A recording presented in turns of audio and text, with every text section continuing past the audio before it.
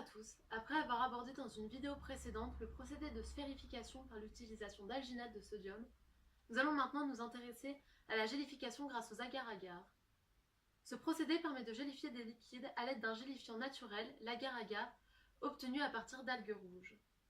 Sa principale propriété est de ne pas fondre en dessous de 85 degrés et de ne se solubiliser que dans des liquides chauffés à plus de 90 degrés. Cet additif majeur, noté E406, permet de créer facilement des gels dits thermoréversibles, c'est-à-dire qui durcissent à température ambiante et fondent à la température de fusion du gélifiant, dans ce cas au-dessus de 85 degrés. Nous vous présenterons donc dans un premier temps une des recettes mettant en place un processus de gélification par les agar-agar et permettant de créer des spaghettis gélifiés à base de jus de fruits. Puis, dans une seconde partie, nous expliquerons les réactions chimiques utilisées par la cuisine moléculaire pour modifier la structure des aliments au niveau macroscopique et moléculaire lors de cette réaction. Passons tout de suite à la recette que nous n'avons pas expérimentée mais que nous allons tout de même vous expliquer. Il vous faudra 1 g d'agar-agar, 150 g de jus de fruits, un tube flexible, une seringue, une balance et une casserole.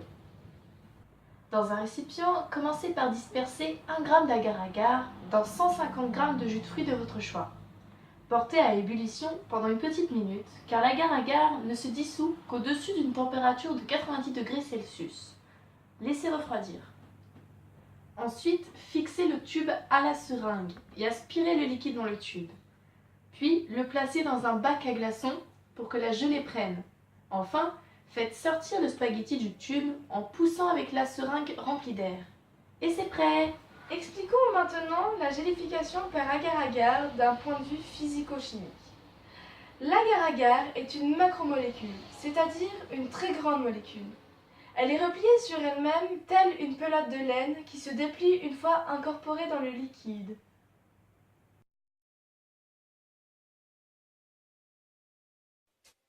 L'agar-agar est constitué d'un point de vue chimique de deux polysaccharides, c'est-à-dire de deux types de sucres complexes formés par de nombreuses molécules simples.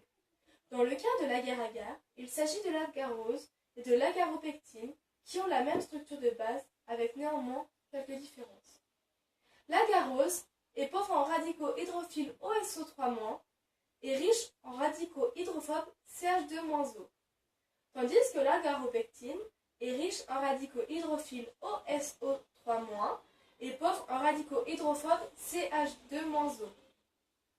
Les radicaux hydrophiles ont une grande affinité avec l'eau et l'attirent, tandis que les radicaux hydrophobes la repoussent.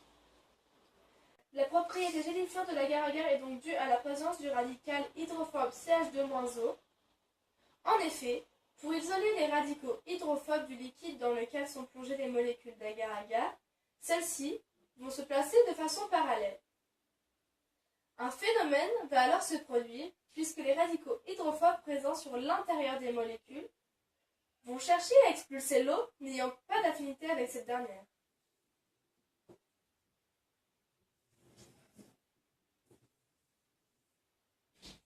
Les molécules vont donc se rapprocher et créer des liaisons hydrogènes. Ces grosses molécules, dites polymères, vont former un réseau dit tridimensionnel en adoptant une structure en hélice dans l'espace.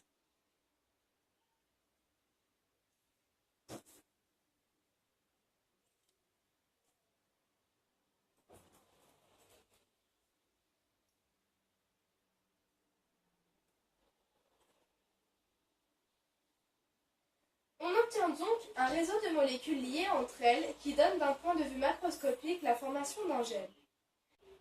Il est dit thermoréversible puisque la chaleur et l'énergie qu'elle apporte est capable de casser ces liaisons hydrogènes et donc le gel. L'explication de la gélification par agar-agar est désormais terminée.